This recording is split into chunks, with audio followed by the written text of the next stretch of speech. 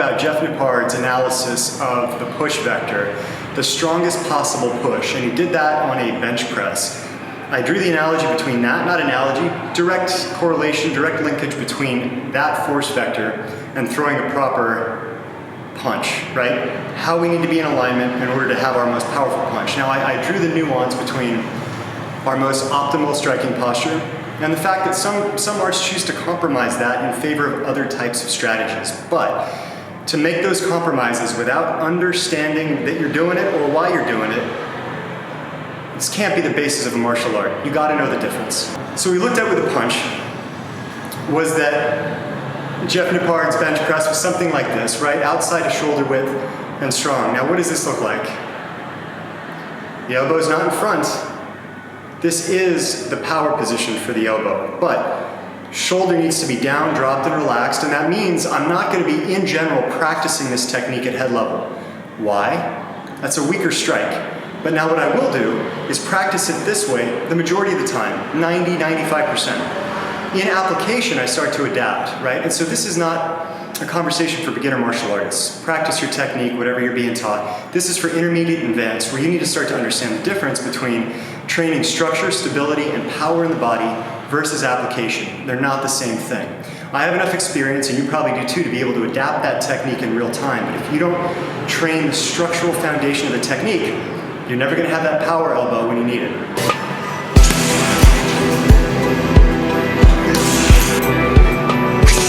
So what do we know about tension? When tension comes into one part of the body or multiple parts, we find ourselves slowing down. Why? Because the function of a muscle fiber is merely to do this, contract or relax.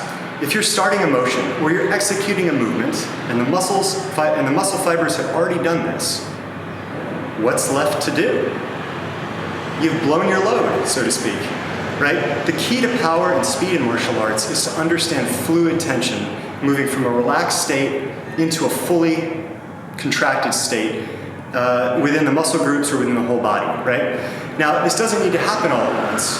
Coordination is the idea that certain parts of the body are tensing before others. When I start a reverse punch or an elbow, we could say it comes from the hips, but look, my calves tighten first, my quads engage, my core engages, and I create a whip throughout the entire body that sends that technique out at the end. This is what we want to go for, but if we start from a point of tension, if the elbow is raised and I'm slugging away, you're relying 100% on the anterior delts.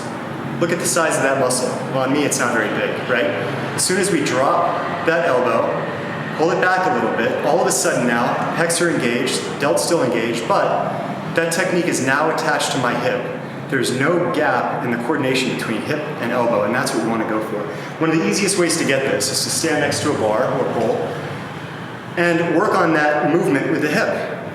Disconnect hip from shoulder and let that lag a little bit. Then what you're going to do is move off that bar or pole, and now you're going to start to do all of the movement but the elbow until you realize a point of necessary tension or stretch in the shoulder.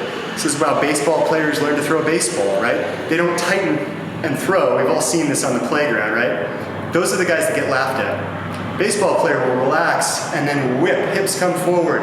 This is still moving back while the hips are rotating forward, and then at that point of stretch, at that point of natural tension, wham, everything comes forward, okay? That's how to throw a technique, that's how to throw an elbow, this whipping movement, but relaxation, structure. So once we start to liberate the hips from the elbow, we realize that point of natural tension and strike to here, not to here. You can see how compromised the shoulder is in this position, right? Now, Thai boxers use that technique, but two things. They're insanely strong and conditioned. Their bodies can weather a little bit more of the bad technique in order to get the job done. The second thing, their elbows are intending to cut, not to move, not to penetrate, not to destroy. It's a different kind of elbow. Okay, so again, if you understand that compromise that you're making, maybe you can make it. But if you don't, what are you leaving on the table for power? Now I'm going to show you a couple of my techniques, the ones that I personally train. And I do these from two postures, generally. One from a modified, a high sitting stance, and the other one from a striking posture, right? Maybe more of a boxing or MMA type of position. I'll show you a few of these techniques now.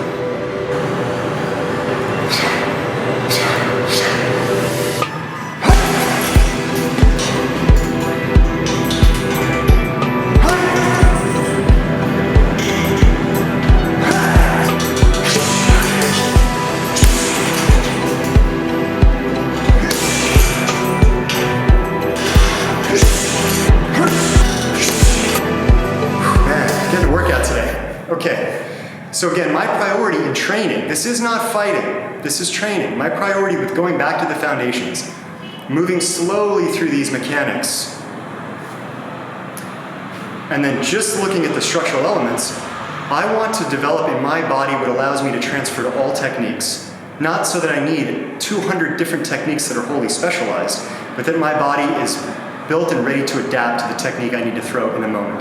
That's what we start to convert on the heavy bag. That's what we start to convert in pad work.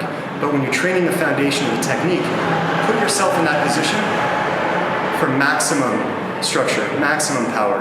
Okay guys, yeah. So let me know if this was an interesting topic for you. I got a couple more kind of technical things in mind, but again, my focus is not on the specific technique, but what's underneath the technique that makes it and maybe many other techniques work. I think that's a great conversation to have, especially now that we know enough about the body to learn about proper biomechanics, proper anatomy, and ways of movement, striking, so on and so forth. Let's get away from style and get into physiology, get into biomechanics, and we'll learn how to fight. Let me know if you have any questions in the comments, guys, or if there's something you'd like me to look at or cover, please do let me know. It's been fun and the feedback has been great so far. I really appreciate it. Till the next time, please like, subscribe, be weightless.